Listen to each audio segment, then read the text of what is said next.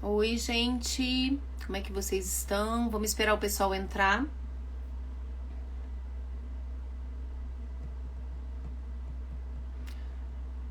Oi, gente. Vamos esperar o pessoal entrar. Vamos esperar aí um pouquinho, tá bom? Bom, a gente tinha combinado, gente, né? Eu tinha falado na última live que a live de hoje seria sobre casamento infantil no Brasil. Então, enquanto o pessoal tá chegando, eu queria dizer para vocês que a gente teve um imprevisto, por isso que não foi possível, né, a gente fazer essa entrevista hoje. Porém, eu disponibilizei lá no nosso site, no nosso canal do YouTube, um vídeo que eu fiz a entrevista com a Marília Veiga, que é psicóloga, mestre em psicologia clínica e cultura, minha ex-aluna de mestrado, e onde se fez a pesquisa com essas meninas. Então, esse é um tema, gente, muito importante. Para vocês terem uma ideia, o Brasil é o 4º país em casamento infantil. E a gente quase não tem pesquisa produzida no Brasil sobre esse tema. A gente tem, geralmente, relatórios internacionais e que apontam para uma especificidade desse fenômeno no nosso país, né? Porque, enfim, os primeiros países são países africanos, subsaarianos e também países ligados ao Oriente, orientais. Veja, por que é importante a gente falar disso? Geralmente esses relatórios apontam que no Brasil a especificidade é de que há uma agência das meninas, então supostamente elas escolheriam. Então, a importância dessa pesquisa realizada, né, no mestrado da Marília é justamente fazer uma leitura desse fenômeno através da interseccionalidade entre o dispositivo amoroso, a questão de classe e a questão racial. Porque grande parte das meninas que se casam na infância no Brasil são meninas negras e pobres. E elas escolhem o que resta de escolha e principalmente serem escolhidas. Então assistam, tá aqui no IGTV e também tá lá no canal do YouTube, tá bom? Bom, o pessoal já entrou. Para quem tá chegando agora, muita gente entrou aqui na página recentemente. Eu queria só relembrar que a gente vem realizando uma série de lives desde abril, maio para cá, que são baseadas, eu tenho um recorte saúde mental e gênero, trabalhando com categorias que eu proponho nesse livro, Saúde Mental, Gênero e Dispositivos. Então, quem perdeu aí, eu dei um mini curso, são 4 aulas de 30 a 40 minutos, assistam, tá lá também no canal do YouTube, porque eu sempre faço uma revisão, mas para aprofundar e ter uma base, até para acompanhar e aproveitar ainda mais as lives, seria interessante que vocês assistissem. O tema de hoje, gente, é suicídio de mulheres, gênero, sexualidade e processos de subjetivação. Então, relembrando que a gente já fez uma live sobre suicídio e masculinidades. Quem perdeu, assista aí também, tá lá no canal do YouTube. É importante, então, apontar que no Brasil a gente tem um sexismo e um racismo que são estruturais. E isso afeta diretamente os processos de subjetivação. Em relação ao sexismo, esses processos ainda são profundamente binários. E aqui a gente tem que destacar que, então, a gente trabalha com binarismo estratégico. O que quer dizer isso, gente? Quer dizer que a gente usa um binarismo conceitual, mas é um recurso metodológico e não um binarismo ontológico. Como assim?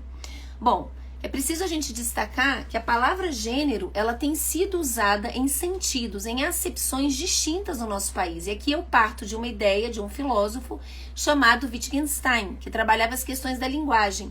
E ele dizia que o sentido de uma palavra é o uso. Então, a mesma palavra em usos distintos pode ter sentidos muito diferentes.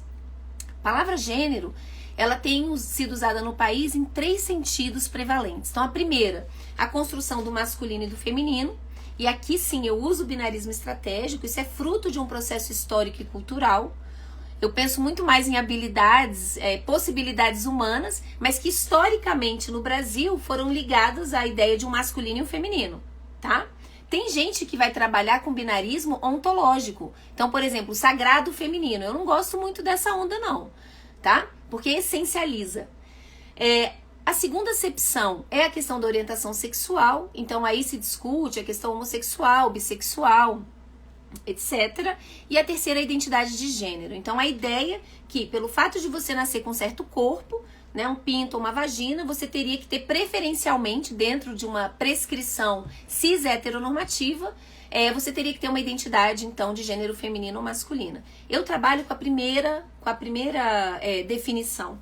Bom, por que isso é importante? Exatamente porque a gente vive numa sociedade binária, a gente precisa de conceitos binários para dar conta de fenômenos que esse binarismo promove, inclusive na saúde mental. Porque geralmente quando se pensa em gênero hoje, principalmente as pessoas que falam da ideologia de gênero, né, que eu já expliquei que é péssimo, não existe isso, sempre relacionam gênero com a segunda e a terceira acepção.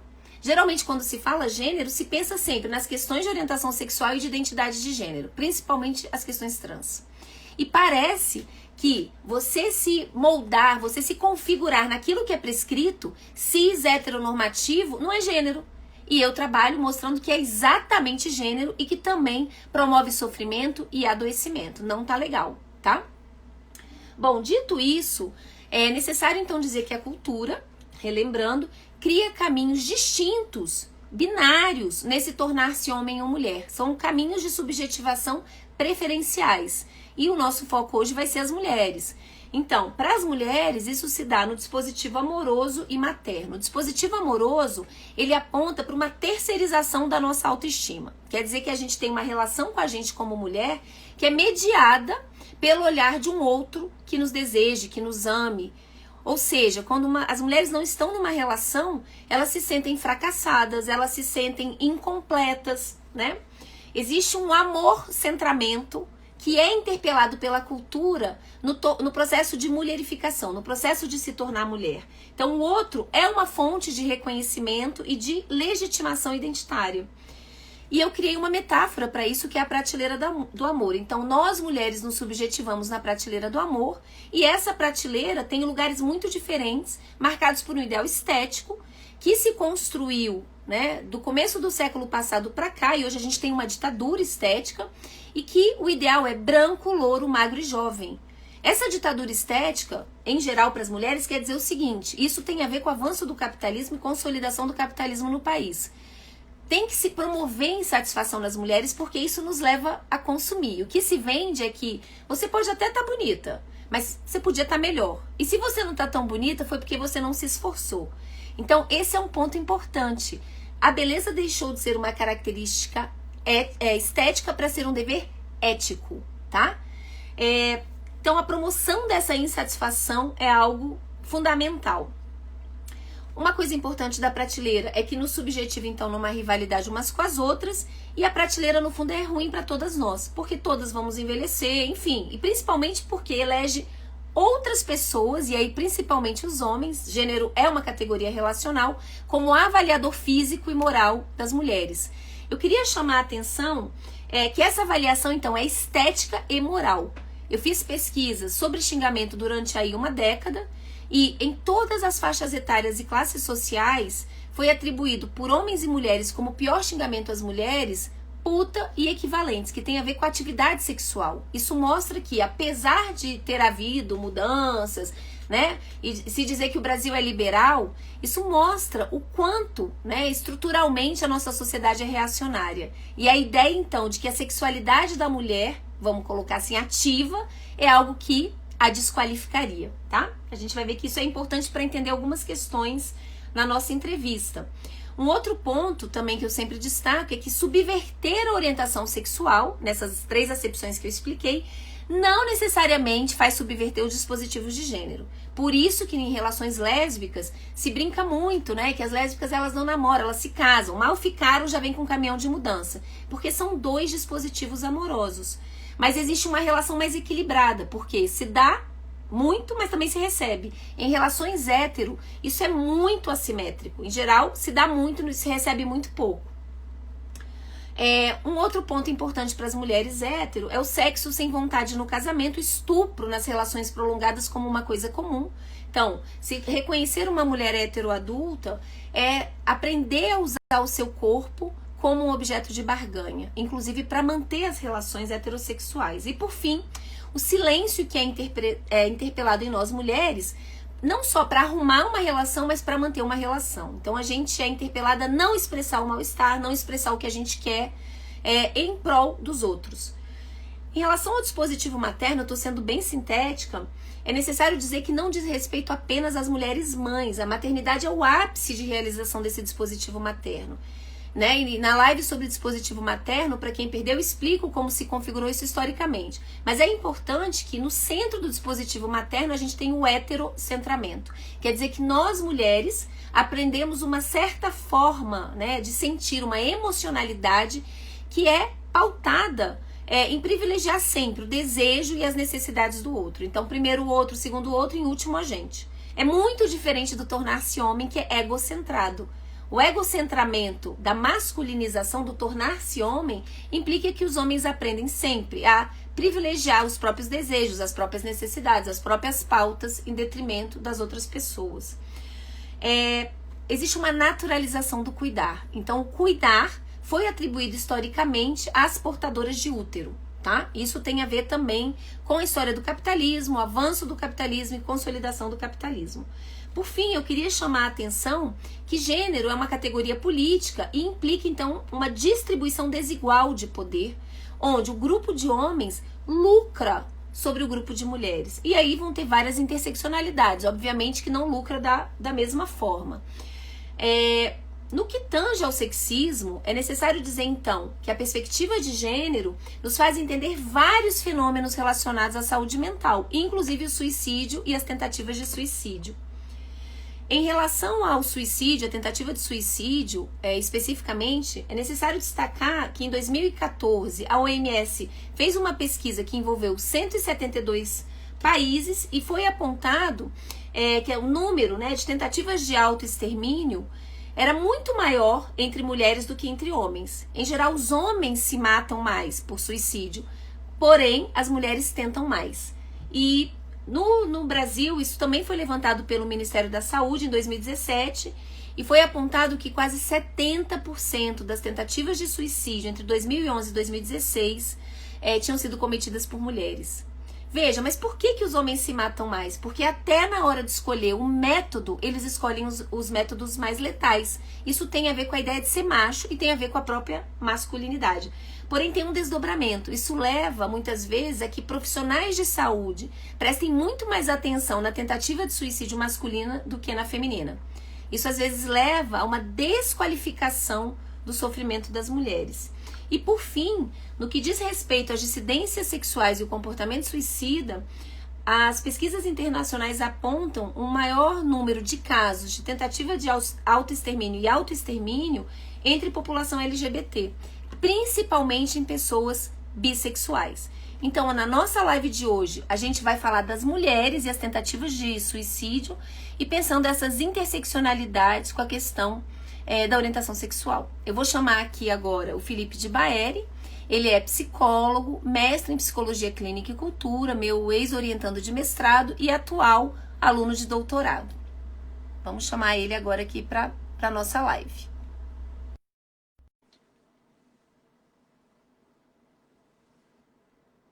Ele está entrando, gente. Oi, Lipe. Olá, Val, tudo bom? Tudo bom, querido? Vamos lá? Queria que você contasse um pouco, então, como foi a pesquisa, mas principalmente que você trouxesse as categorias e exemplos. Ok. Antes de começar, né, a falar diretamente sobre a questão da pesquisa, eu pensei em trazer um pouquinho algo que eu nem havia comentado com você, sabe, Val? Que no meu percurso da graduação, houve um momento, antes de eu chegar ao mestrado, em que eu fiz um estágio em um hospital terciário, trabalhando diretamente com pacientes que chegavam ao hospital por tentativa de autoextermínio ou que, enfim, haviam realizado a tentativa na própria instituição. E nesse hospital havia uma ala dos queimados, né? E eu me recordo que havia uma relutância para os meus colegas de chegar nesses espaços, porque eram espaços muito ansiogênicos, eram espaços que, de fato, causavam uma mobilização muito grande.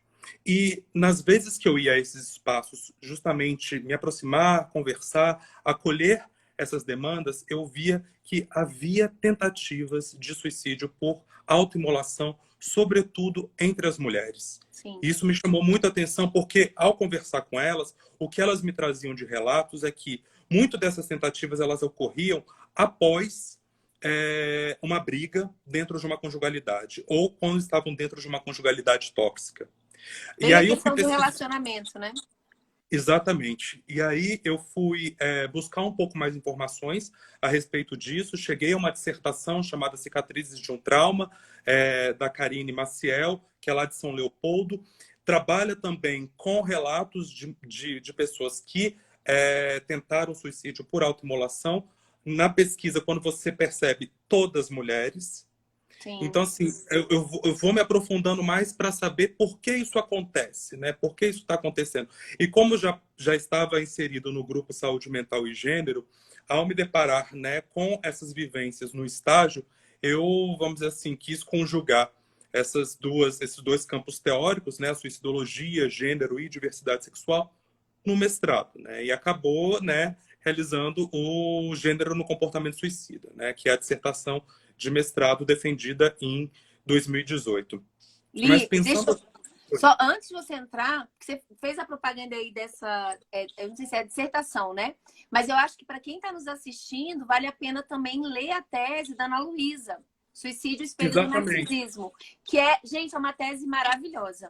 Vale a pena ler. Eu não sei se Exata... está disponível no banco de tese, que é antiga, mas Não está. é Não bem, bem está. bacana.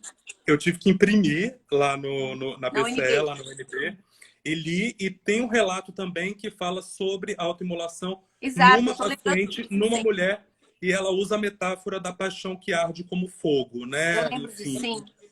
então, assim, são elementos que me chamavam muito a atenção para desenvolver e entender como que o suicídio é atravessado por questões de gênero nas distintas orientações sexuais.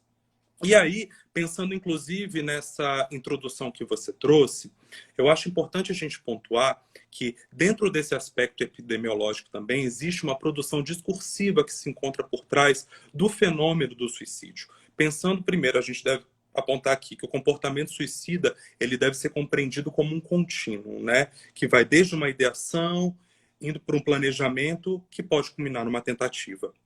E o que acontece?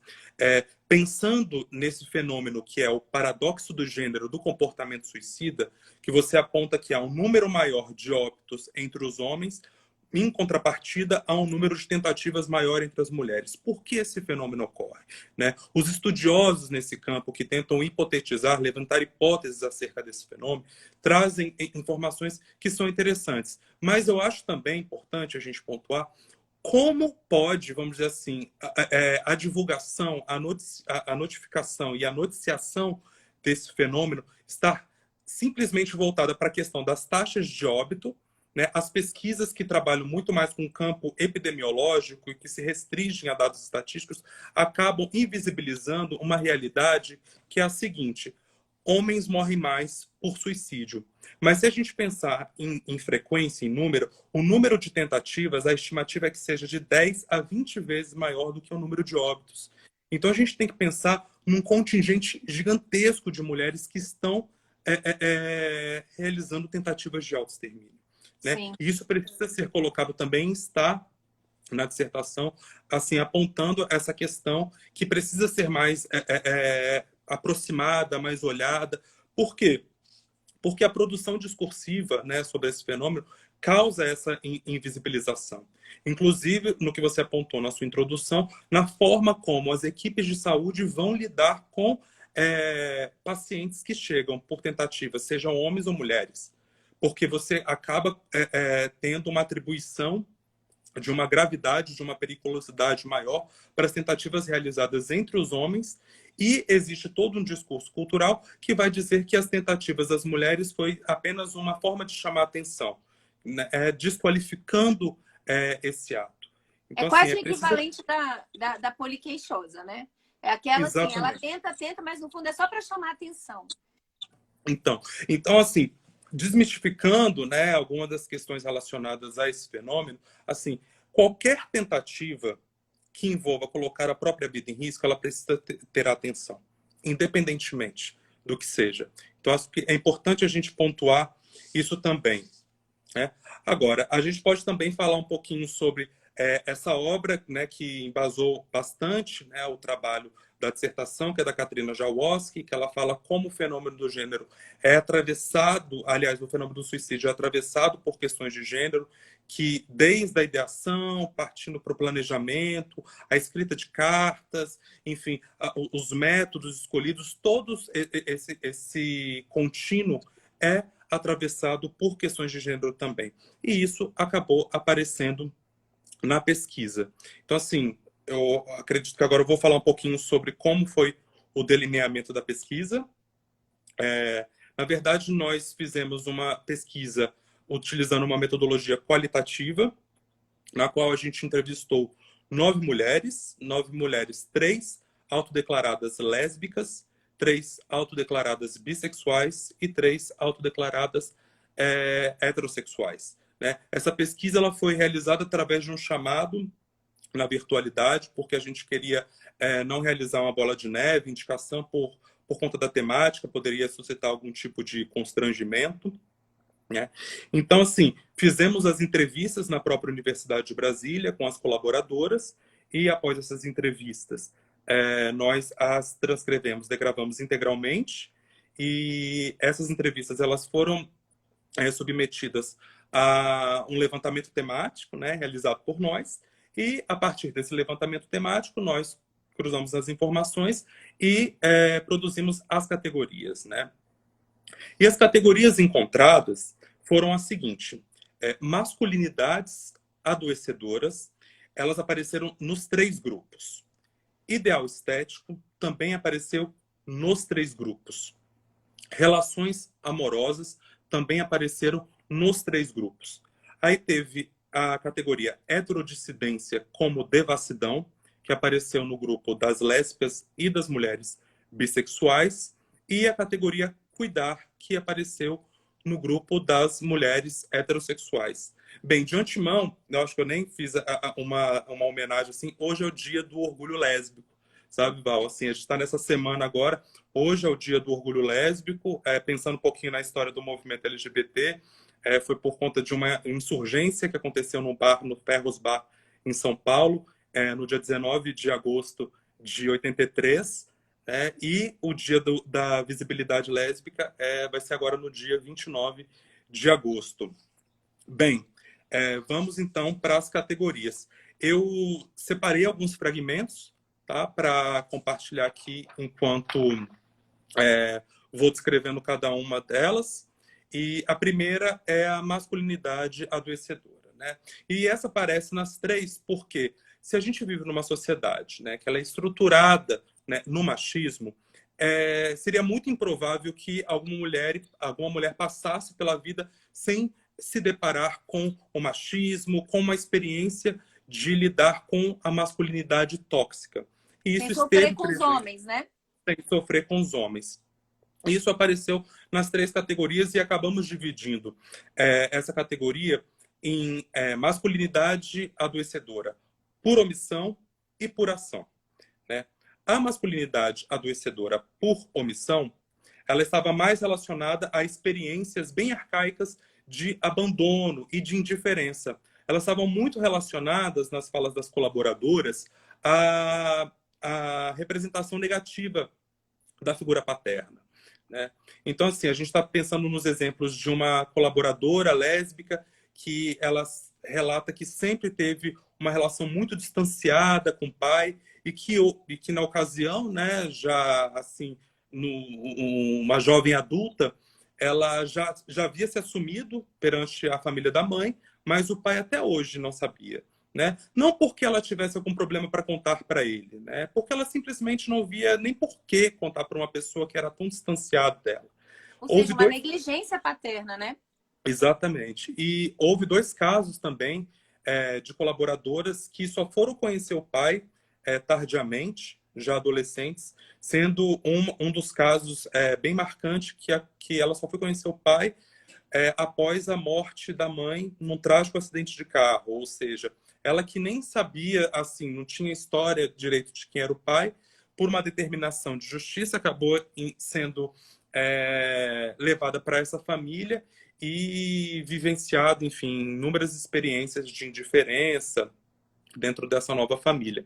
E também a descoberta da traição do pai, né? Era um discurso também que estava assim sendo compartilhado, que é uma experiência que desde cedo você já lida com o fato de que em alguns casamentos tem aquele posicionamento da mãe que sabe da traição, sofre, mas fica aquele silêncio e é um mal-estar que é testemunhado pelas filhas, né? No caso dos relatos. E isso já constrói toda uma atmosfera, enfim, de negatividade em relação aos homens, né? À figura masculina.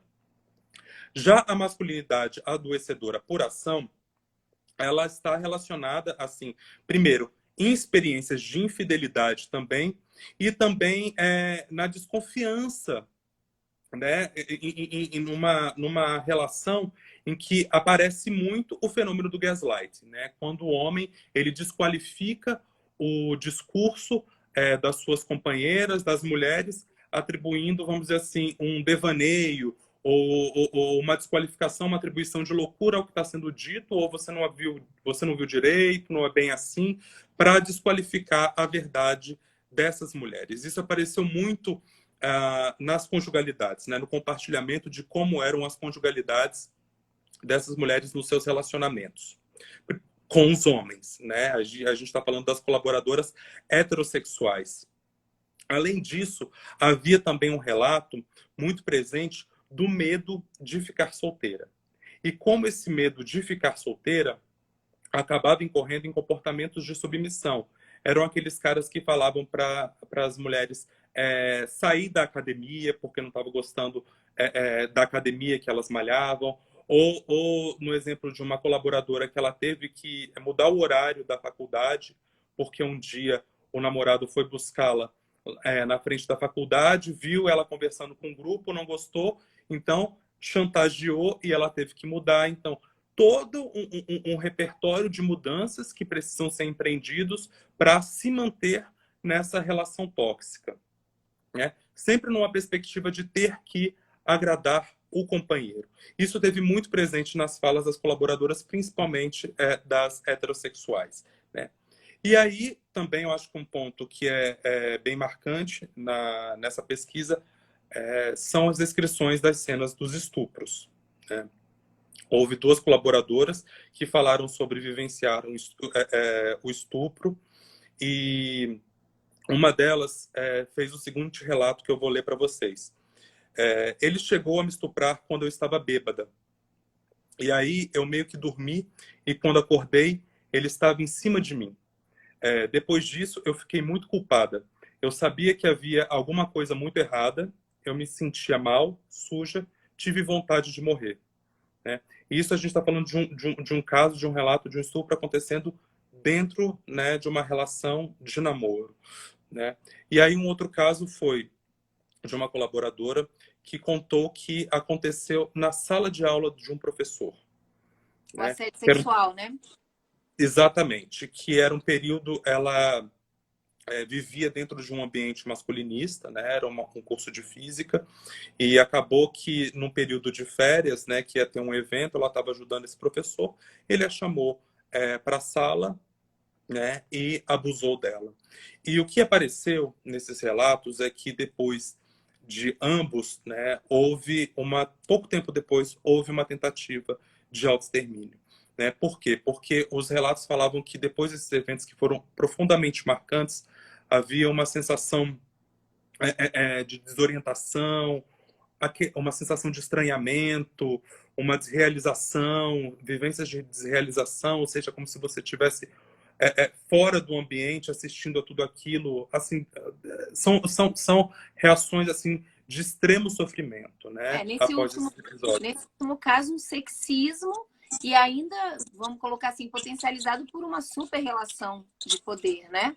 Baseada aí numa hierarquia, mas também no que representa a relação aí de um professor com uma aluna, né? Uma coisa bem recorrente, muitas nas universidades, né, gente? Pois é. E assim, por mais que não tenha aparecido na pesquisa, eu não posso deixar de pontuar aqui, né, porque a gente está trabalhando também com o grupo das lésbicas, que é muito comum no nosso país, né, machista, patriarcal, que exista a prática do estupro corretivo.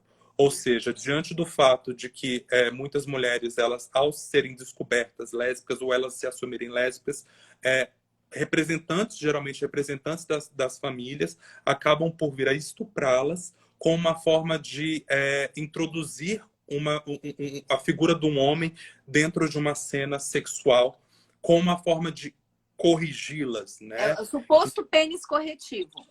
É Exatamente. muito Exatamente. falocêntrico, né? Exatamente. Exatamente. Então, assim, essa é uma realidade também que, por mais que não tenha aparecido, né, nos relatos, a gente não pode deixar de mencionar aqui. Bem, a outra categoria é o ideal estético, né, Val? Você já apresentou, né, a prateleira do amor e o ideal estético da nossa cultura, né, branco, loiro, magro e jovem. E um relato que me chama muita atenção para compartilhar aqui é de uma jovem que ela, enfim, ela vivencia, né, a violência por conta, né, da raça desde cedo, né? É uma jovem que ela não se declara como negra, mas ela tem o seguinte relato: eu nem me acho tanto escura assim, mas quando eu era mais nova eu era bem mais escura, principalmente em comparação com as meninas que estavam na escola.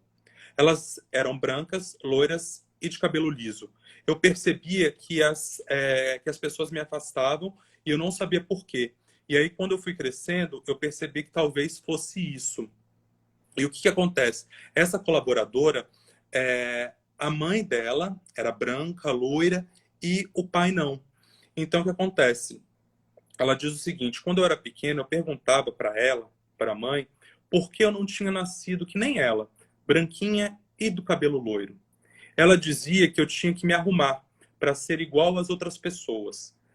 Tem que se arrumar, tem que alisar o cabelo, tem que usar saia, sapato. Ou seja, não só a atribuição dos signos relacionados à feminilidade, né, como também da branquitude. Né? E ela introjetou isso. Sim, uma Desde... violência dentro da família, né? De família interracial. Exatamente.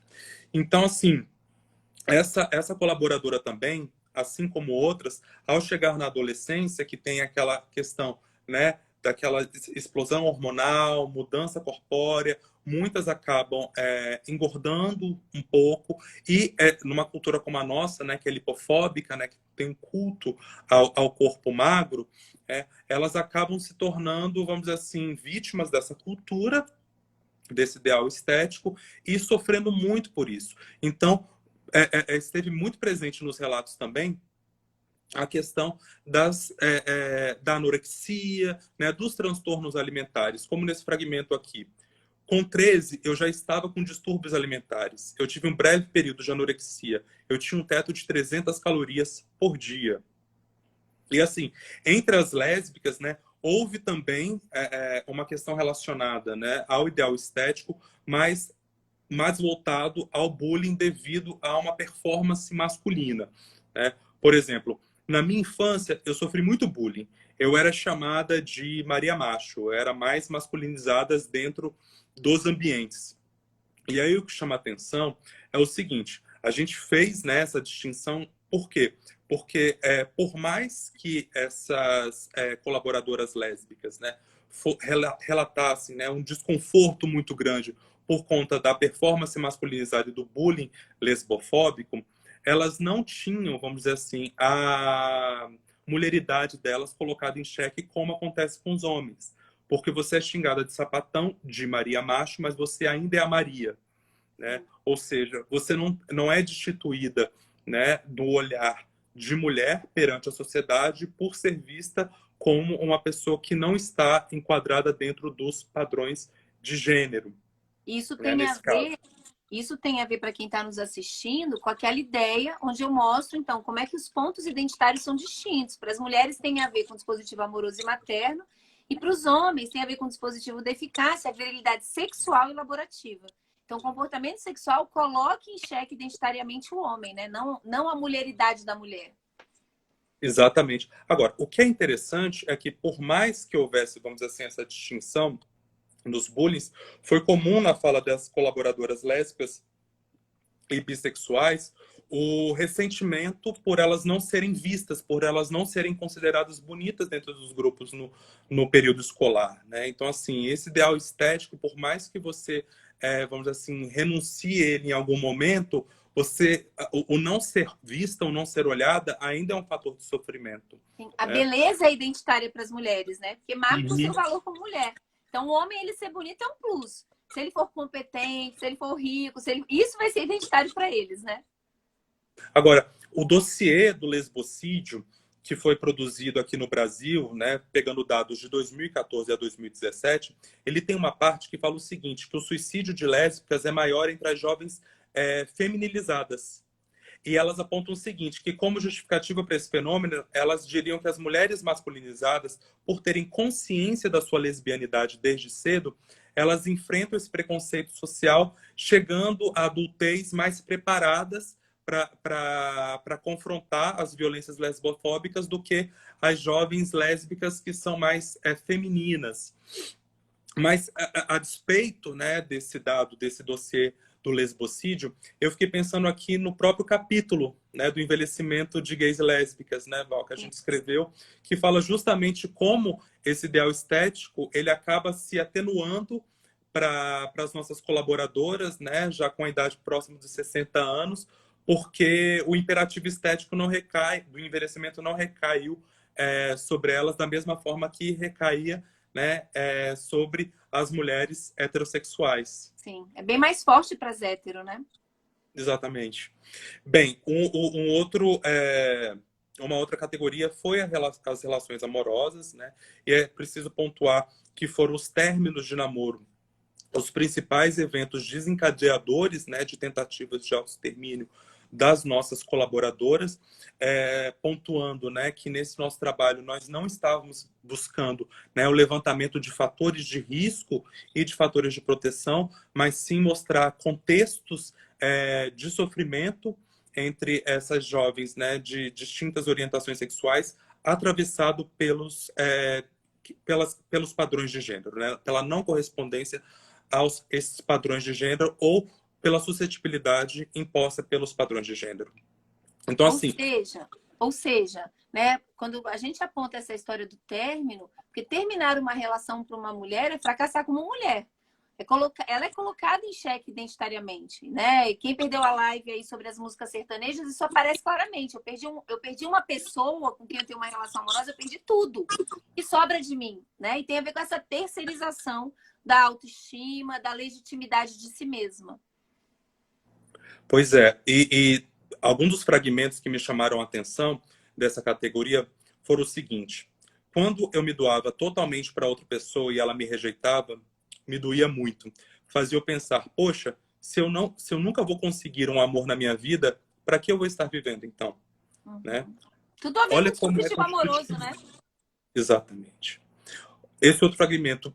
Porque tudo que eu queria era que essa pessoa me desse um motivo para viver.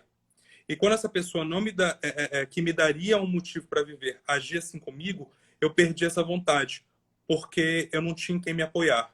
Então, assim, você se apoia totalmente no relacionamento, né? Se doa totalmente e diante de um término, né? De uma ruptura, assim, houve o relato das tentativas. Agora, uma categoria que chamou bastante atenção também foi a categoria heterodissidência como devassidão, né? Que são as violências sofridas pelos grupos das mulheres lésbicas e bissexuais pela não correspondência da heterossexualidade compulsória. Né? E teve um relato marcante, né, de uma colaboradora lésbica, olha a violência, né? Que ela disse que a mãe, quando soube, né, da sua lesbianidade, ela levou a filha a uma ginecologista que pediu para ela exames cromossômicos, alegando o seguinte, vamos ver se não tem nenhum probleminha aí no segundo X. Né? Ou seja, biologizando, né? Patologizando e biologizando a lesbianidade e dizendo o seguinte para a paciente dela, se tiver que escolher algo, escolha o mais fácil. Ou seja, uma profissional de saúde fazendo esse tipo de comentário para uma paciente. Muito sério, né? Muito E sério, muito muitas sério. ginecologistas não estão preparadas para atender as lésbicas. Em geral, elas já partem do pressuposto que somos todas hétero. E não somos, né? Pois é. E assim,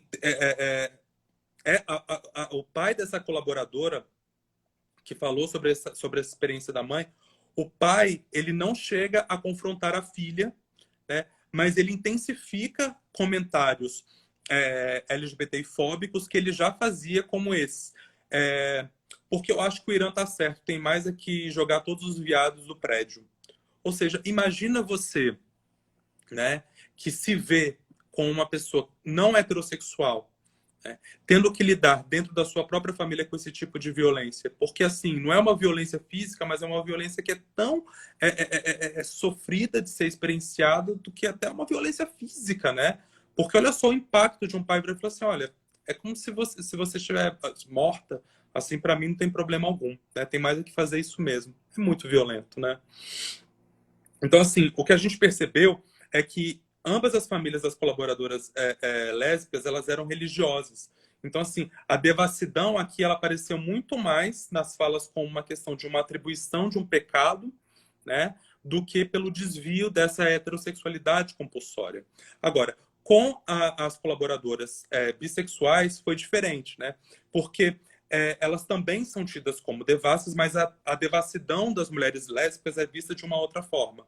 Porque ambas elas subvertem a plena subjugação sexual a um homem, mas a devassidão das mulheres bissexuais é muito mais vista como a promiscuidade. E isso, de acordo com os relatos, né, essa hipersexualidade que é atribuída às mulheres lésbicas acaba colocando-nas, né, numa situação de muita violência, seja no grupo dos homens com quem elas se relacionam, também no grupo das lésbicas. Isso é Como no muito importante. Então, elas sofrem violência do grupo hétero dos homens, quanto de outras mulheres lésbicas, né? E são objetivadas pelos dois, né? Por homens e por mulheres. Pois é. E É um olha, olha, limbo olha, identitário.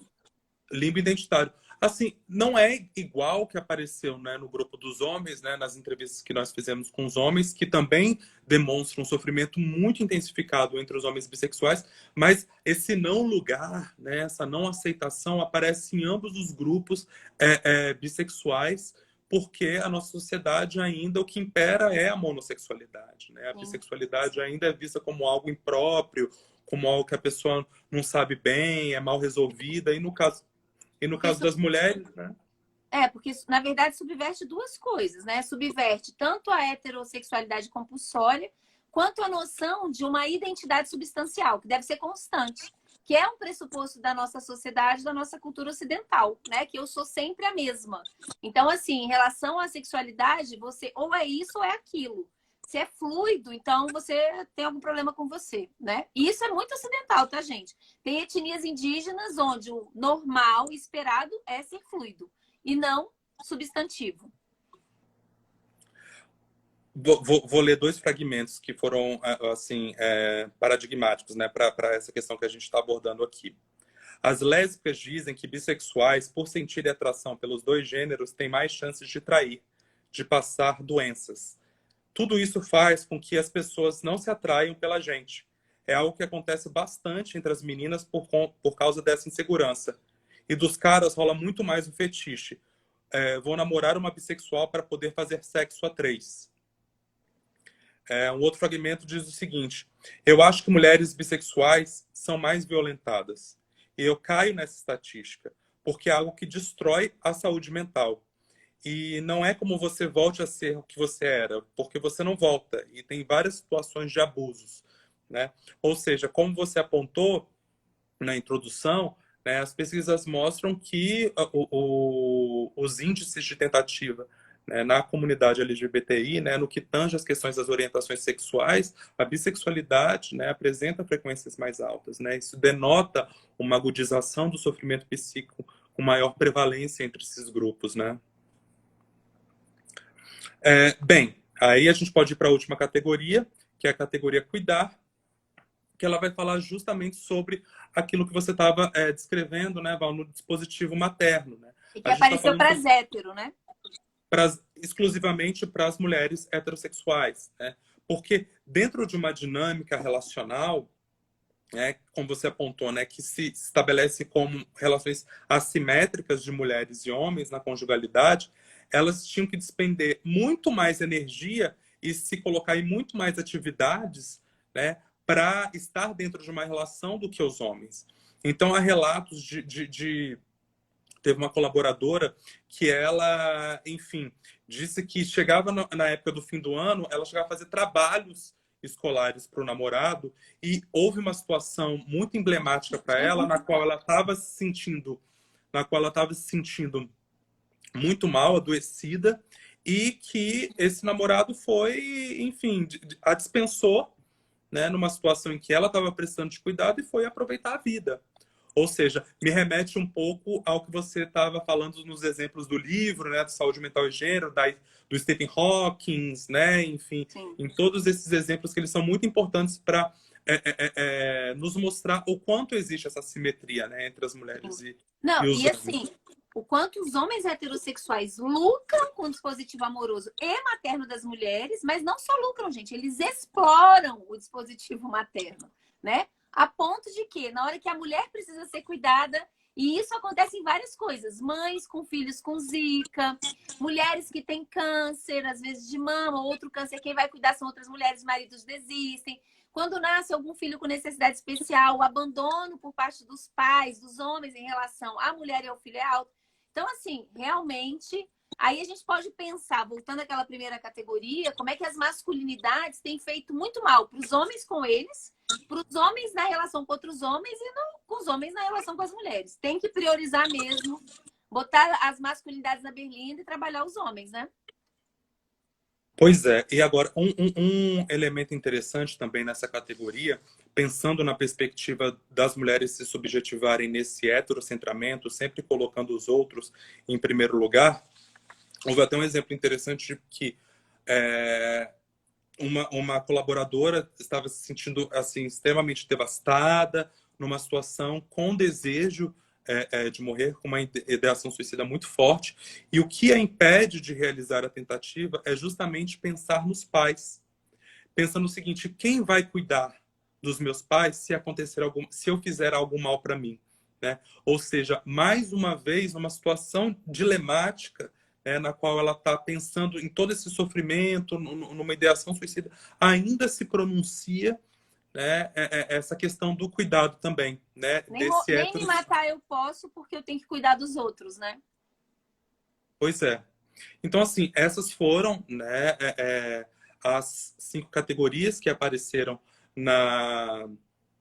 nessa pesquisa, né, nesse artigo que está para ser publicado. A gente nem mencionou isso, né?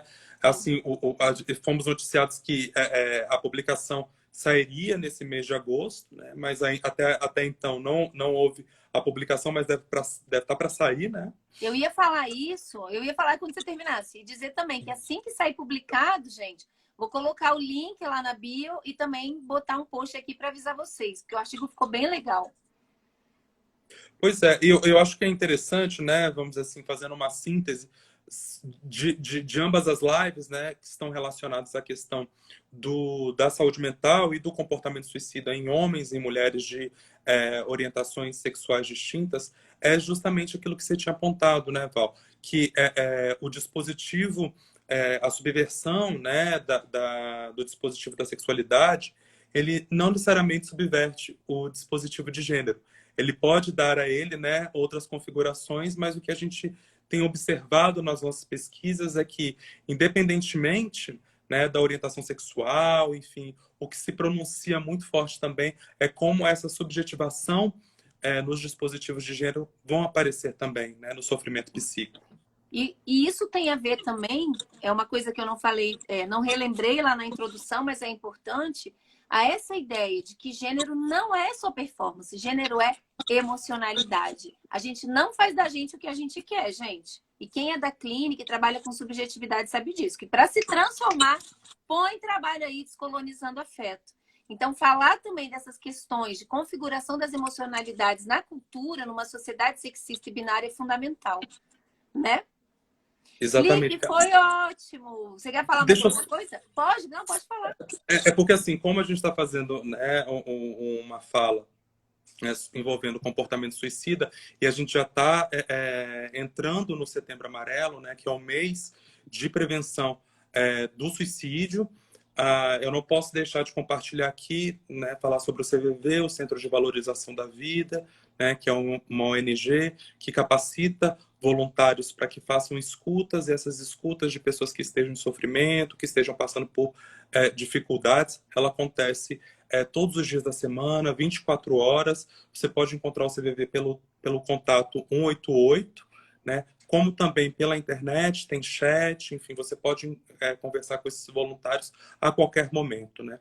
Aqui também no Distrito Federal a gente tem o SAMU, que pode ser recorrido diante de uma tentativa, né, pelo 192, a gente tem o Núcleo de Saúde Mental, no ZAN, do SAMU, enfim, para as violências que possam vir a acontecer para os grupos, né, das lésbicas, a gente tem a delegacia, a DECRIM, a delegacia especializada em crimes por discriminação, dentre eles pela orientação sexual. Então, assim, é interessante que a gente também possa compartilhar esses contatos nessas oportunidades, né, para que as pessoas não se sintam, vamos dizer assim, desguarnecidas e mais vulneráveis ainda em situações de violência, né?